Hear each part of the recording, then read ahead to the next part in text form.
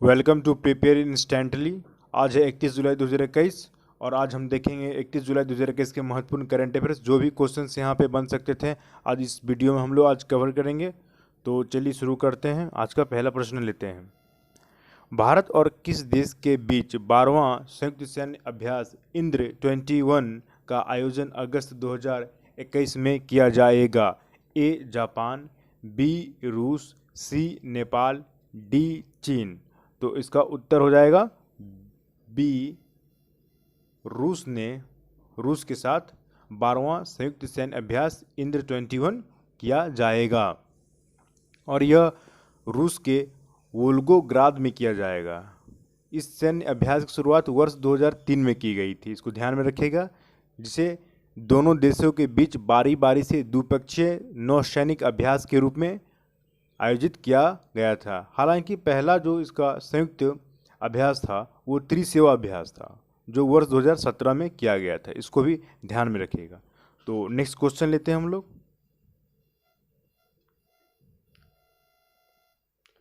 प्रधानमंत्री नरेंद्र मोदी ने गांव के बच्चों को प्ले स्कूल की सुविधा देने के लिए निम्न में से किस प्रोग्राम का शुभारंभ किया है?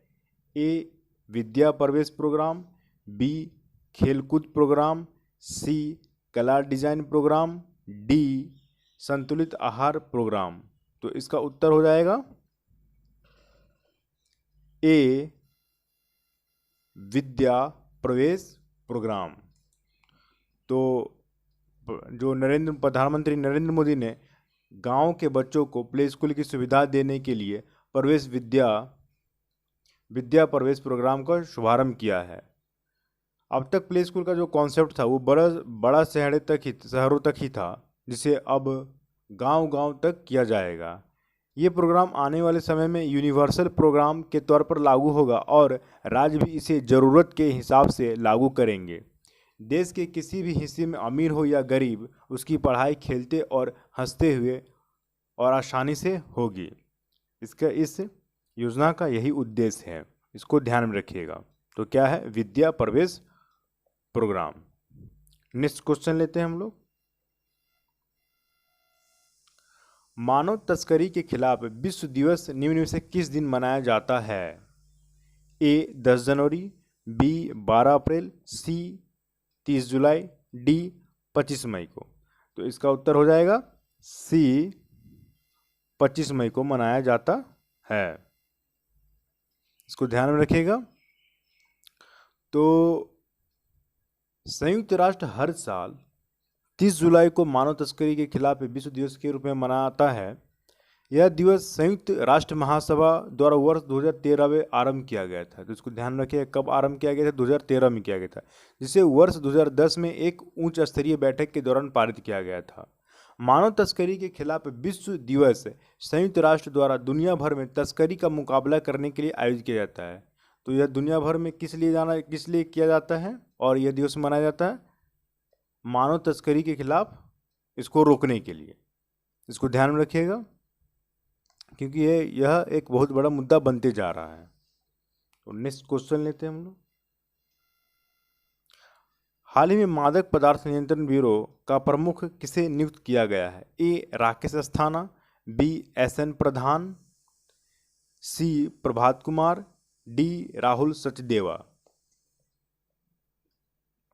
तो इसका उत्तर हो जाएगा बी SN प्रधान। इसको ध्यान में रखिएगा।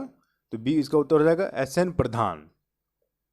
राष्ट्रीय आपदा मोचन बल के महानिदेशक SN प्रधान को 29 जुलाई को मादक पदार्थ नियंत्रण ब्यूरो का प्रमुख का अतिरिक्त कार्यभार सौंपा गया है।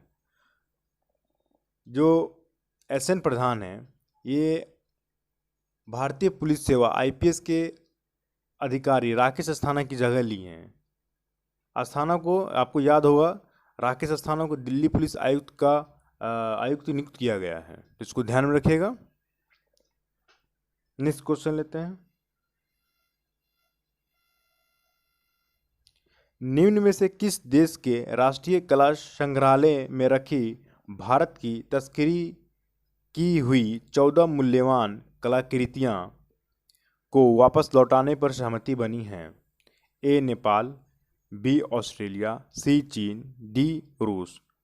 तो इसका उत्तर हो जाएगा बी ऑस्ट्रेलिया। तो ऑस्ट्रेलिया के राष्ट्रीय कला संग्रहालय में रखी भारत की 14 कलाकृतियों की वापस की जा रही हैं। कितने याद रखिएगा, इसका संख्या याद रखिएगा 14। इनमें पीतल और पत्थर की मूर्तियों के अलावा पेंटिंग व कुछ अन्य तस्वीरें भी शामिल हैं। साल 1989 से 2009 के बीच ये कलाकृतियाँ एनजीए, जो कि ऑस्ट्रेलिया के राष्ट्रीय कला संग्रहालय के अधिकार में शामिल है। इससे पहले 2014 में संग्रहालय की ओर से $50 लाख की लागत वाली भगवान शिव की मूर्ति को वापस किया गया था। तो किस देश के राष्ट्रीय कला संग्रहालय में रखी भारत की 14 मूल्यवान कलाकृतियों को वापस लौटाने पर सहमति बनी है? वो है ऑस्ट्रेलिया। इसको ध्यान में रखिएगा। नेक्स्ट क्वेश्चन लेते हैं। अंतर्राष्ट्रीय बाघ मानक कार्यकारी समिति ने भारत के कितने टाइगर रिजर्व को अंतर्राष्ट्रीय मानकों पर खरा बताया है? A 10 tiger reserve, B 19 tiger reserve, C 14 tiger reserve, D 15 tiger reserve. तो इसका उत्तर हो जाएगा सी 14 टाइगर रिजर्व। इसको ध्यान में रखिएगा, 14 टाइगर रिजर्व को, जो केंद्र सरकार ने अंतर्राष्ट्रीय बाघ दिवस के अवसर पर 14 बाघ रिजर्व को CATS मान्यता प्रदान की है।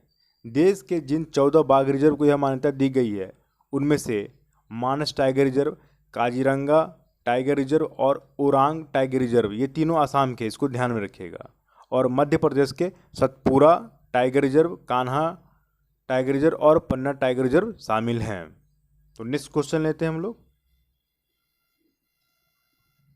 हाल ही में चीन और किस देश ने युद्धग्रस्त देश को आतंकवाद का केंद्र बनने से रोकने के लिए अफगानिस्तान में संयुक्त कार्रवाई शुरू करने का फैसला किया है? ए बांग्लादेश, बी भारत, सी नेपाल, डी पाकिस्तान। तो इसका उत्तर हो जाएगा डी पाकिस्तान के साथ किया है। इसको ध्यान में रखिएगा। तो चीन और पाकिस्तान ने युद्धग्रस्त देश को आतंकवाद का केंद्र बनने से रोकने के लिए अफगानिस्तान में संयुक्त कार्रवाई शुरू करने का फैसला किया है।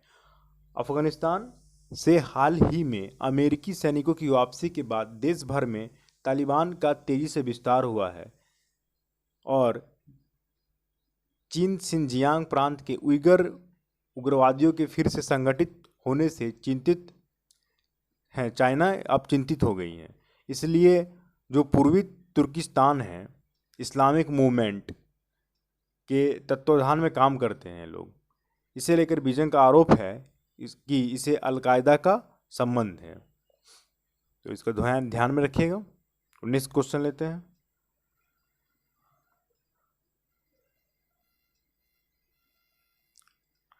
हाल ही में किस देश के अंतरिक्ष एजेंसी रोसकॉसमॉस ने इंटरनेशनल स्पेस स्टेशन में नौका नाम की अपनी सबसे बड़ी अंतरिक्ष प्रयोगशाला लॉन्च की है? ए चीन, बी रूस, सी जापान, डी भारत। तो इसका उत्तर हो जाएगा बी रूस के अंतरिक्ष एजेंसी रोसकॉसमॉस ने इंटरनेशनल स्पेस स्टेशन में नौका नाम की अपनी सबसे बड़ी अंतरिक्ष प्रयोगशाला लॉन्च की है। इसको ध्यान में रखिएगा। तो आज का महत्वपूर्ण करंट अफेयर्स यहीं पे आज समाप्त होता है। अगर आपको आज का करंट अफेयर्स अच्छा लगा तो प्लीज़ चैनल्स को लाइक कीजिएगा, सब्सक्राइब कीजिएगा, शेयर कीजिएगा और बेल आइकन को ज़रूर हिट कीजिएगा, जिससे होगा कि आगे आने वाले महत्वपूर्ण करंट अफेयर्स आपको रोज़ाना मिल सके। तो यहाँ तक देखने के लिए धन्यवाद। Thank you.